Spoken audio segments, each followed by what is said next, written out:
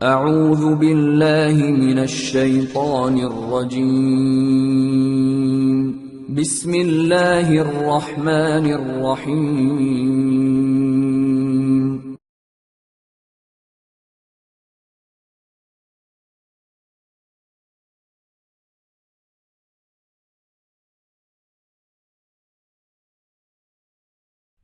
چار میل کی مسافت طے کرنے کے بعد لشکر رک گیا۔ طواس نے عجیب انداز میں عمیر کی طرف دیکھا، شاید یہ سالار کا اپنے نائب سالار کو خاموش نگاہوں کا اشارہ تھا۔ عمیر لشکر کی طرف منہ کر کے کھڑا ہوا اور اپنی تلوار فضا میں بلند کرتے ہوئے وہ زور سے چلایا، السائقہ! اس کی پکار پر آن کی آن میں 1000 سے زائد عرب علیحدہ ہو کر کھڑے ہو گئے اور عمیر انہیں لے کر ایک تنگ پہاڑی راستے کے اندر روپوش ہو گیا۔ پورا لشکر عرب، ترک اور بربروں پر مشتمل تھا۔ عرب لشکر دو حصوں میں تقسیم تھا، ایک کا نام السائقہ یعنی کہ بجلیاں اور دوسرے کا نام الرعد بادلوں کی گرج تھا۔ ترکوں کے ایک حصے کا نام الذئب یعنی کہ بھیڑیے اور دوسرے کا نام اللہب یعنی شعلہ تھا۔ بربریوں کا ایک حصہ الاسد یعنی شیر اور دوسرا الحرور یعنی کہ گرم ہوا کہلاتا تھا۔ 2 میل کی اور مسافت طے کرنے کے بعد انہیں اپنے سامنے 5000 سے زائد تاتاریوں کا ایک لشکر آہستہ آہستہ شمال کی طرف جاتا دکھائی دیا۔ تاتاریوں نے بھی انہیں دیکھ لیا۔ انہوں نے فوراً ان ساری لڑکیوں کو تہے تیگ کر دیا جنہیں وہ اپنے ساتھ لے جا رہے تھے، اور پلٹ کر خونخوار انداز میں مسلمانوں پر ٹوٹ پڑے۔ کوئی آدھی ساعت تک گھمسان کی جنگ ہوتی رہی۔ تاتاری میدان میں اس طرح جم گئے تھے گویا وہ ستون ہوں اور اپنی جگہ سے ہلنا نہ جانتے ہوں۔ دوسری طرف ترکر اور بربر بھی فولاد کی طرح سخت ثابت ہو رہے تھے۔ اچانک طواس کے اشارے پر لشکر کے نکاروں پر چوٹ پڑی اور لشکر ایک سرے سے دوسرے سرے تک ایک ساتھ تکبیر کی صدائیں بلند ہوئی اور اس کے ساتھ لشکر پسپا ہونا شروع ہو گیا اور تاتاری ان کا تعاقب کرنے لگے۔ 1 میل تک تاتاری تعاقب کرتے رہے حتیٰ کہ انہیں اپنی پشت پر یوں تکبیروں کی آواز سنائی دی جیسے بادل گرج اٹھے ہوں یا کوئی آتش فشاں پھٹ پڑا ہو۔ عمیر کی سرکردگی میں کھلی آستینوں والے عرب سائقہ آسمانی کی طرح حملہ آور ہو رہے تھے اور ان کی تکبیریں پہاڑیوں میں رات کی طرح گونج رہی تھی۔ انہوں نے اپنی خوناشون تلواروں سے تاتاریوں کو کاٹنا شروع کر دیا تھا۔ آگے آگے عمیر تھا، اس کی آنکھوں میں صحرا کی وسعت اور سمندر کی گہرائی تھی۔ اس کے چہرے پر طوفان کروٹیں لے رہا تھا اور وہ ہماسوس سموم کے جھونکے کی طرح حملہ آور ہو رہا تھا۔ طواس کے اشارے پر ترک اور بربر بھی گریز اور بچاؤں کی یکتر کر کے اڑے اور قیامت کے روپ میں حملہ آور ہوتے ہوئے تاتاری صفوں میں مردانہ وار گھستے چلے گئے۔ تاتاری لشکر میں جگر دوز چیخیں بلند ہو رہی تھی اور ان کے سپاہی عرب کے خوخار صحرا نشینوں، بجلی کی طرح حملہ آور ہونے والے ترکوں اور شیر کی طرح بچھاڑنے والے بربروں کی خوناشام تلواروں کا ایندھن بن رہے تھے۔ آگ اور خون کا یہ کھیل زیادہ دیر تک جاری نہ رہا۔ تاتاری اپنے پیچھے بے شمار لاشیں چھوڑ کر ندی عبور کر کے تنگ اور تاریک پہاڑوں کی آڑ میں بھاگ نکلے اور ان کے 200 سپاہی اور ایک منگ باشی گرفتار ہوئے۔ مسلمانوں نے تعاقب اس لیے کیا کہ مبادا تاتاریوں کا کوئی بڑا لشکر کہیں قریب ہی پہاڑوں میں موجود ہو اور دھوکے سے حملہ کر کے انہیں نقصان پہنچائے۔ عمیر نے قیدیوں کو جمع کرنے کا حکم دیا اور ایک بربری کمانڈر اپنا گھوڑا دوڑاتا ہوا عمیر کے قریب آیا اور بدحواسی میں کہا، میرے آقا، سالار بری طرح زخمی ہے اور آپ کو بلا رہے ہیں۔ عمیر کے چہرے کا رنگ اڑ گیا اور اس نے اپنے گھوڑے کو ایڑ لگائی اور بربری کے ساتھ ہو لیا۔ لشکر کے وسط میں عمیر گھوڑے سے کود پڑا۔ اس کے سامنے طواس پتھریلی زمین پر خون میں لت پت پڑا تھا اور لشکر کا جراح شیبان بن صفوان جو کسی زمانے میں بخارا کا نامور طبیب تھا طواس پر جھک کر اس کی نبض دیکھ رہا تھا۔ عمیر نے سوالیہ نگاہوں سے شیبان کی طرف دیکھا۔ شیبان نے نفی میں سر ہلایا اور مایوسی سے گردن جھکا لی۔ سامنے ہی ابو نواس اور حوازن گردنیں جھکائے کھڑے تھے۔ عمیر ان سے مخاطب ہوا، ابو نواس تم لشکر کو پڑاؤ کی طرف لے چلو، حوازن تم قیدیوں کو اپنی حفاظت میں لاؤ، اس جگہ زیادہ دیر ٹھہرنا مناسب نہیں، سالار کے زخمی ہونے پر لشکر کے سپاہی دل برداشتہ ہو جائیں گے، اور اس موقع پر اگر تاتاری کمک لے کر آ گئے تو ہمارے لیے یہ نقصان دہ ہوگا۔ عمیر نے تواس کو اپنے گھوڑے پر بٹھا لیا اور لشکر اپنے پڑاؤ کی طرف کوچ کر رہا تھا۔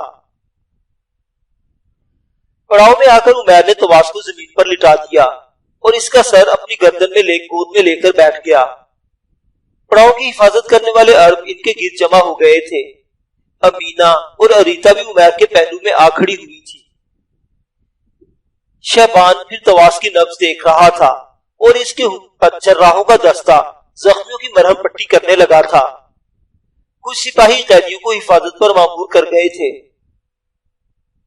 تواس چند بار کراہا، پھر اس کی نحیف اور مغموم آواز سنائی دی، عمیر، عمیر، میرے دوست، میرے بھائی۔ عمیر نے انہیں اور زیادہ اپنی گود میں سمیٹ لیا۔ یا امیر، میں آپ کے پاس ہوں۔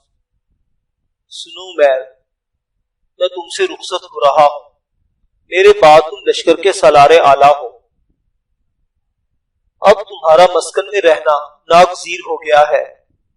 دشت تاتار میں اپنی جگہ ابو نواس کے ساتھ اور اب حوازن کو بھیجنا۔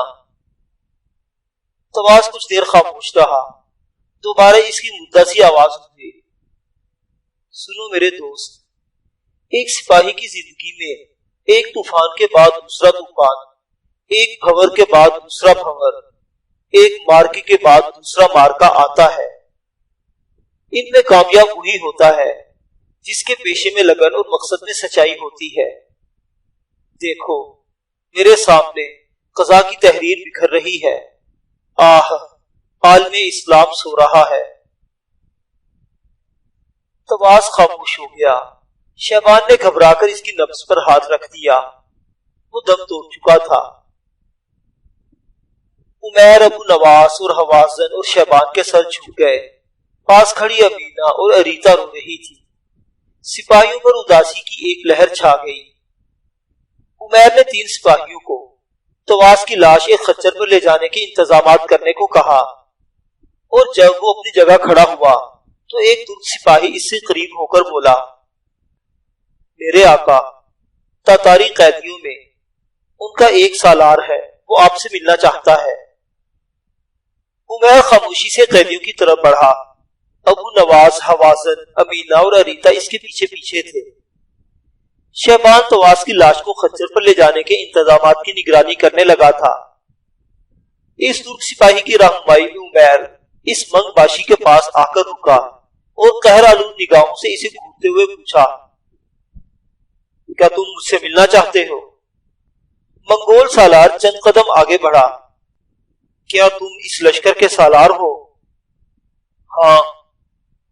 ہمیں چھوڑ دو، ورنہ یاد رکھو ہمارے ساتھی جو بھاگ گئے ہیں ایسا لشکر لے کر لوٹیں گے جو تم سے اپنے مقتول سپاہیوں کا ایسا انتقام لے گا جس کا تم تصور بھی نہیں کر سکتے۔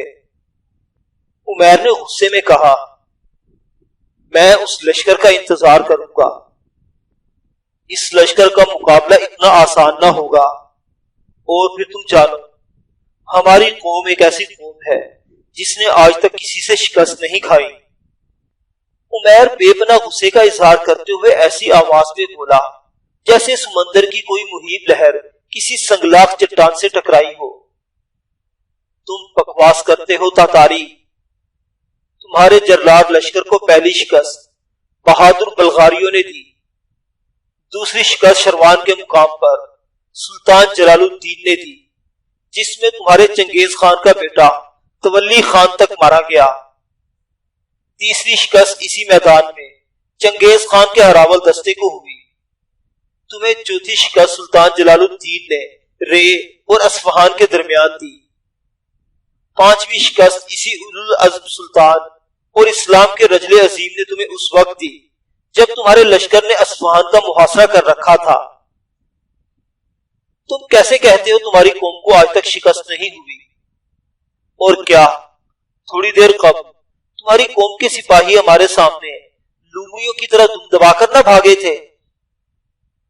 اگر جلال الدین کے لشکر میں مال غنیمت کی تقسیم پر پھوٹنا پڑتی تو وہ بہادر سپاہ سالار سیبیرا کے تاریک جنگلوں سے بھی آگے ٹینڈرا کے برف زاروں تک تمہارا تعاقب کرتا۔ میں آپ سے امان اور رحم کی بھیک مانگتا ہوں۔ عمیر نے کھولتی ہوئی آواز میں چلا کر کہا، کیا تمہاری قوم نے خوارزم شاہ کے صوبہ اترار کے گورنر امیر نیال کو سمرقند کے سبز محل میں لے جا کر اس کے کانوں اور آنکھوں میں پگھلی ہوئی چاندی ڈال کر ہلاک نہ کیا تھا؟ کیا تمہارے ہاتھوں قزوین میں 40,000 مسلمان، سمرقند میں 30,000 اور مرو میں اور ساوا میں 70,000 مسلمان شہید نہ ہوئے؟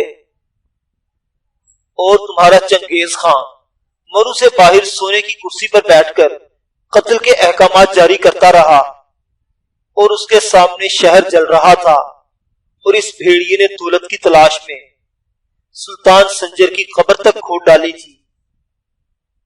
کیا تم نے بخارا میں قرآن پھاڑ کر جانوروں کے آگے نہ ڈالے تھے، اور ہمارے علماء کو اپنی محفلوں میں شراب پلانے اور گانے پر مجبور نہ کیا تھا؟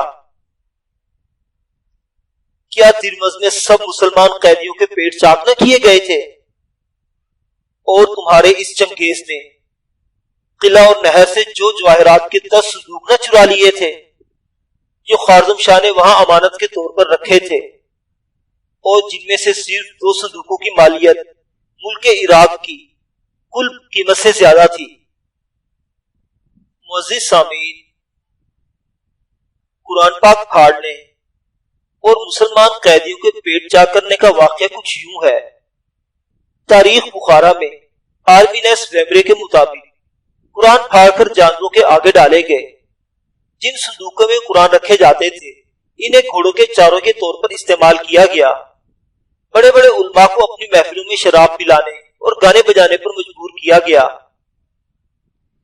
بخارا سے ایک شخص بھاگ کر خراسان پہنچا اور اس نے بلیغ فارسی میں تاتاریوں کے ظلم کا نقشہ کھینچا۔ وہ بولا، وہ آئے، تباہ کیا، جلایا، مار ڈالا، لوٹا اور چلے گئے۔ ابن اسیر کے مطابق بخارا میں جوان لڑکیوں کی عصمت دری ان کے رشتہ داروں کے سامنے کی گئی۔ رشتہ دار پاس کھڑے روتے رہے، کچھ لوگ برداشت نہ کر سکے اور خودکشی کر لی۔ بخارا کے قاضی بدر الدین اور امام رکن الدین یہ حیوانی تماشا نہ دیکھ سکے اور جنگ میں کود کر شہید ہو گئے۔ ویمرے لکھتا ہے کہ ترمز میں ایک عورت نے قتل ہونے سے پہلے رحم کی بھیک مانگی اور کہا، مجھے چھوڑ دیا جائے تو میں تمہیں ایک قیمتی ہیرا دوں گی۔ میں نے وہ ہیرا اس لیے نگل رکھا ہے تاکہ کسی کو نظر نہ آئے۔ تاتاریوں نے اس کا پیٹ چاک کر کے ہیرا نکالا اور اس کے بعد سب مسلمان قیدیوں کے پیٹ چاک کر دیے گئے۔ عمیر بن حزام پھر کھولتی ہوئی آواز میں بولا، کیا 30,000 کرچوں بلقان کے بے شمار نہتے مسلمانوں کو قتل کرنے کے علاوہ نیشب اور ہرات میں مسلمانوں کی خون کی ندیاں نہ بہائی گئی تھی؟ بولو تاتاری، اپنے کن نیک اعمال کے عوض تم ہم سے امان اور رحم کی بھیک مانگ رہے ہو؟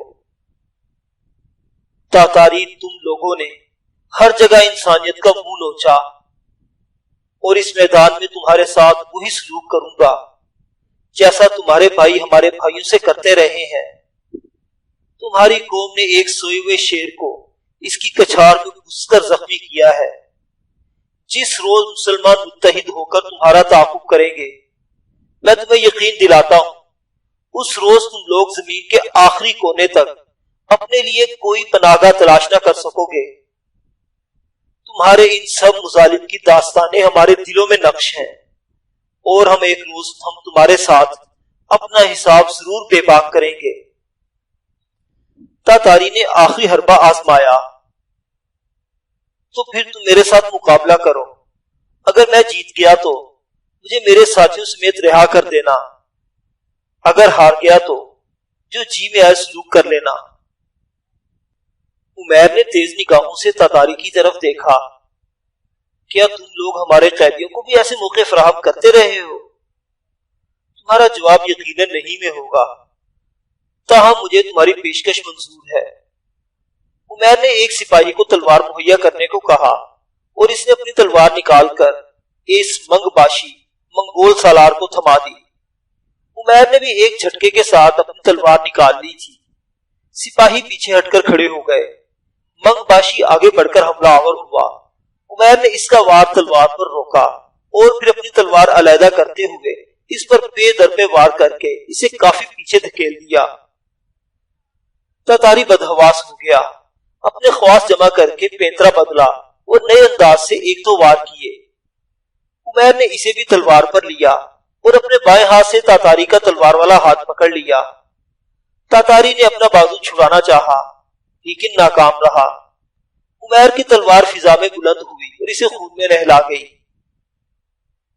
عمیر نے اپنی تلوار لہرا کر تاتاری قیدیوں کو مخاطب کر کے کہا، کیا تم میں کوئی ایسا ہے جو یہ بتا سکے کہ ہمارے سالار کو تمہارے لشکر میں قتل کرنے والا کون تھا؟ ایک تاتاری نے چند قدم آگے بڑھ کر کہا، وہ ہمارا ایک منگ باشی ہے، اس کا نام ارتائی ہے۔ وہ کہاں رہتا ہے؟ قلعہ تلم میں ہماری فوجوں کا سالار ہے۔ میں اس کے قریب ہی لڑ رہا تھا، تمہارے سالار کو زخمی کر کے وہ اپنا گھوڑا دوڑا رہا تھا۔ کیا ان اطلاعات کے عوض تم مجھے معاف نہ کر دو گے؟ عمیر نے کوئی جواب نہ دیا اور ان تاتاریوں کے قتل کا حکم دے دیا۔ ترکوں کا ایک دستہ حرکت میں آیا اور سارے قیدیوں کو موت کے گھاٹ اتار دیا۔ اب لشکر نے وہاں سے کوچ کیا اور اس جگہ آیا جہاں جنگ ہوئی تھی۔ اپنے شہیدوں کو دفن کرنے کے بعد عمیر گھوڑے سے اتر کر وہاں آیا جہاں طواس زخمی ہوا تھا۔ وہاں گھوڑوں کے سموں کے نشانات سونگ کر پھر سوار ہوا اور لشکر دوبارہ جنوب مغرب کے رخ پر کوچ کر رہا تھا۔ لشکر کے آگے آگے ابو عمیر جا رہا تھا اور اس کے پیچھے ابو نواس اور حوازن تھے۔ عمیر کے ایک طرف خچر پر رکھی ہوئی طواس کی لاش تھی اور دوسری طرف امینہ اور اریتا دونوں ماں بیٹی اپنے خچر پر سوار تھی۔ 5 میل کا سفر بالکل خاموشی سے طے ہوا، کسی نے کسی سے کوئی بات نہ کی، صرف گھوڑوں کی ٹاپوں کی آواز اپنی باش گشت کے ساتھ گونج رہی تھی۔ ایک چوراہے پر آ کر امینہ نے عمیر کو رکنے کے لیے کہا۔ عمیر نے تلوار بلند کی، دف پر چوٹ پڑی، نقارے بجے اور لشکر رک گیا۔ چوراہے سے ایک سڑک سیدھا بین کی بستی کو جاتی تھی جہاں امینہ کا گھر تھا۔ بائیں طرف صرف ایک فرلانگ کے فاصلے پر سیدھا بین کی بستی دکھائی دے رہی تھی اور دائیں ہاتھ شمال کی طرف 5-6 میل کے فاصلے پر قلعہ طلب کے بلند برج دکھائی دے رہے تھے۔ امینہ نے عمیر کی طرف دیکھتے ہوئے سلگتی اور ڈبڈباتی ہوئی آواز میں کہا، یہ سامنے میری بستی ہے، اب میں تمہیں خدا حافظ کہتی ہوں، کیا تم مجھے اپنا نام نہ بتاؤ گے؟ میرا کوئی نام نہیں، ہم سب قوم کے گمنام سپاہی ہیں۔ کیا ایسا کرنے میں کوئی بہتری ہے؟ ہاں خاتون، ہم اپنے نام کسی کو نہیں بتاتے۔ تم نے یہ بھی دیکھا ہوگا کہ جنگ کے دوران میں اور میرے سب جرنیل اپنے چہروں پر نقاب ڈال لیتے ہیں۔ یہ اس لیے ہے کہ تاتاری ہمارے متعلق تجسس میں رہے اور ایک طرح سے ان پر ہمارا رعب اور ہیبت چھائی رہے۔ دوسرے فدائین ہمارے سخت دشمن ہیں، پچھلے چند برسوں سے ہمارا گروہ انہیں ناقابل برداشت نقصان پہنچا چکا ہے۔ چونکہ وہ چھپ کر اپنے دشمنوں کو قتل کرنے میں ماہر ہیں، اس لیے ہم ان پر اپنا نام اور شکل ظاہر نہیں کرتے۔ کیا تمہارے مسکن کے لوگ بھی تمہیں نہیں پہچانتے؟ وہ سب مجھے پہچانتے اور میرے نام سے واقف ہیں۔ اگر فدائین ان سے تمہارا پتہ کریں پھر فدائین اس وادی میں بھٹک نہیں سکتے۔ میرے مسکن سے 30 کوس باہر تک ہمارے جاسوس کبوتروں کے ذریعے ہمیں پل پل کی خبر دیتے ہیں، اور وہ جاسوس ان فدائین سے بھی زیادہ زہریلے ہیں۔ اگر کوئی دشمن مسکن میں گھسنے کی کوشش کرے تو وہ خود ہی عموماً اسے ٹھکانے لگا دیتے ہیں، اور وہ اپنے دوست دشمن کی پہچان اس طرح رکھتے ہیں جیسے اولاد اپنے ماں باپ کو پہچانتی ہے۔ تمہارے دشمن پھر تمہیں کس نام سے پکارتے ہیں؟ وہ مجھے کھلی آستینوں والا عرب یا موت کا مسافر کہتے ہیں۔ کیا تمہارے ماں باپ بھی تمہارے ساتھ مسکن میں رہتے ہیں؟ میں ابھی چھوٹا سا تھا کہ میری ماں بخارا میں تاتاریوں کے ہاتھوں قتل ہو گئی تھی۔ میرا باپ اس گروہ کا پہلا سالار تھا۔ 4 برس ہوئے وہ بھی تاتاریوں کے ساتھ ایک جنگ میں شہید ہو گیا۔ اس کا مطلب ہے تم اکیلے ہو۔ عمیر نے اپنے پیچھے لشکر کی طرف اشارہ کیا۔ یہ سب میرے بھائی ہیں۔ اریتا ڈبڈباتی آنکھوں سے عمیر کی طرف دیکھ رہی تھی۔ امینہ گھٹی گھٹی کی آواز میں پھر بولی، تم مجھے اپنی ہی ماں سمجھو بیٹے۔ اگر کبھی اس طرف آؤ تو مجھے ماں جان کر میرے ہاں ضرور آنا۔ میرا گھر درزیوں کے بازار میں ہے، وہاں تم کسی سے بھی پوچھ لینا، وہ تمہیں میرے متعلق بتا دیں گے۔ کیا میں امید رکھوں کہ تم مجھے اپنی ماں سمجھ کر میرے ہاں ضرور آؤ گے؟ عمیر نے گھوڑے کو ایڑ لگا دی۔ میں کبھی ضرور آؤں گا۔ اریتا اپنی آنکھوں سے بہتے ہوئے آنسو پوچھ رہی تھی۔ کیوں؟ یہ تو اس کا دل یا اس کے خدا کو علم ہوگا جو دلوں کے بھید جانتا ہے۔ عمیر اپنے لشکر کے ساتھ شاہراہ پر آگے بڑھ گیا تھا۔ امینہ اور اریتا دونوں اپنے خچر پر سوار آہستہ آہستہ اپنی بستی کی طرف جا رہی تھی۔ سحر کی بڑھتی ہوئی روشنی جب چاروں سمت پھیل گئی اور سورج کی دمکتی ہوئی پیشانی دور مشرق سے نمودار ہوتی ہوئی دکھائی دی، عمیر اپنے لشکر کے ساتھ دریا یرود کے کنارے ایک ایسے راستے میں داخل ہو رہا تھا جس کے دونوں طرف آسمان سے باتیں کرتے ہوئے پہاڑ تھے۔ اس راستے پر گزرتے ہوئے جگہ جگہ ان کے کانوں میں یہ صدائیں سنائی دی تھی، ایسی آوازیں جن میں آبشاروں کا ترنم تھا۔ سبحان ربی الاعلی۔ پہاڑوں کی بلند چوٹیوں پر پہرا دینے والے محافظ انہیں سلامتی کا پیغام دے رہے تھے۔ 5 میل کا فاصلہ پہاڑوں سے گھرے ہوئے اس تنگ راستے پر چلتے ہوئے طے کرنے کے لیے بعد لشکر کھلے میدان میں نمودار ہوا۔ اب ان کے سامنے دور دور تک زیتون، سیب، انجیر، انگور کے باغات اور لہلہاتے ہوئے کھیت تھے۔ ان باغات کے اندر دریا یرود جوئے نور کی طرح بہتا ہوا دور پہاڑوں کے اندر جا کر نظروں سے اوجھل ہو رہا تھا۔ دریا کی طرف سے بہتے پانی کے دھیمے راگ اور ماہی گیروں کے ولولہ انگیز گیت سنائی دے رہے تھے۔ پہاڑوں سے گھرے ہوئے باغات اور ان کھیتوں سے بھری ہوئی ان سرد زمین میں ہر طرف رنگینیاں، دل فریبیاں اور رعنائیاں تھیں۔ ان باغات اور کھیتوں کے اندر جگہ جگہ بستیاں تھیں جہاں سے بے شمار مرد اور عورتیں نکل نکل کر لشکر کو خوش آمدید کہہ رہے تھے۔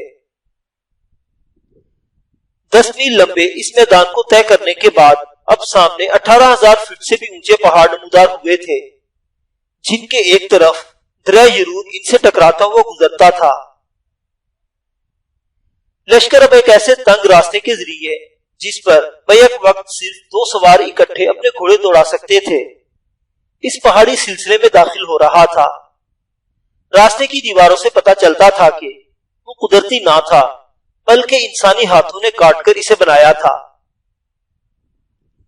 یہ 1 فرلانگ کا تنگ راستہ طے کر کے لشکر ایک کھلے میدان میں داخل ہوا جو چاروں طرف سے دیوار کی طرح سیدھے، بلند اور ناقابل عبور پہاڑوں سے گھرا ہوا تھا۔ یہی موت کے مسافروں کا اصل مسکن تھا۔ اس مسکن کے 20-20 میل باہر تک سب باغات اور کھیت ان کی ملکیت تھے۔ ان کھیتوں اور باغات میں کام کرنے والے مرد اور عورتوں کا تعلق موت کے مسافروں سے تھا جو اپنے اور اپنے لشکر کے لیے دن رات محنت کر کے غذا اور پھل مہیا کرتے۔ دریا سے مچھلیاں پکڑنے والے ملاحوں کا تعلق بھی اسی مسکن سے تھا۔ لشکر جب پہاڑوں سے گھرے ہوئے اس قدرتی قلعے میں داخل ہوا تو سامنے کچھ فاصلے پر دور دور تک پتھر کے بنے ہوئے مکانات دکھائی دے رہے تھے اور ہتھیاروں سے مسلح بے شمار مرد لشکر کے استقبال کو باہر نکل آئے تھے۔ یہ وہ سپاہی تھے جنہیں مسکن کی حفاظت کے لیے وہاں رکھا جاتا تھا۔ ان کی تعداد 2000 کے قریب ہوگی۔ عورتیں مکانوں کی چھتوں پر چڑھ کر اپنے لشکر کو دیکھ رہی تھی۔ مسکن کی حفاظت کرنے والے ان 2000 سپاہیوں کا سالار، جو ایک عرب اور کھلی آستینوں والی قبا پہنے ہوئے تھا، بھاگتا ہوا عمیر کی طرف بڑھا۔ اس کا نام حشام تھا۔ گھوڑے کی باگ پکڑ کر اس نے طواس کی خچر پر لدی ہوئی لاش کی طرف اشارہ کرتے ہوئے پوچھا، میرے آقا، کیا سالار شہید ہو گئے؟ عمیر منہ سے کچھ نہ بولا۔ بڑے دکھ سے اسبات میں اس نے گردن ہلا دی۔ عمیر جب گھوڑے سے اترا تو سفید رنگ کا ایک چھوٹا سا بچھیرا بھاگتا اور ہنہناتا ہوا اس کی طرف بڑھا۔ جب وہ قریب آیا تو عمیر اسے پکڑ کر پیار کرنے لگا اور وہ اپنے ہونٹوں سے عمیر کے ہاتھوں پر بوسے دینے لگا۔ یہ عمیر کا اپنا بچھیرا تھا جسے وہ پال رہا تھا۔ سب سے پہلے طواس کی تجہیز و تکفین کی گئی۔ اس کے بعد لشکر کھلے میدان میں آیا، جہاں زیتون، سیب اور انجیر کے درختوں کے نیچے ان کے لیے انواع و اقسام کے کھانے لگے ہوئے تھے۔ شاید لشکر ابھی دور ہی تھا کہ جاسوس اس کی آمد سے آگاہ ہو چکے تھے، لہٰذا ان کے پہنچنے سے پہلے ہی کھانا تیار ہو چکا تھا۔ سارا لشکر ٹولیوں کی صورت میں زمین پر بیٹھ کر کھانا کھانے لگا تھا۔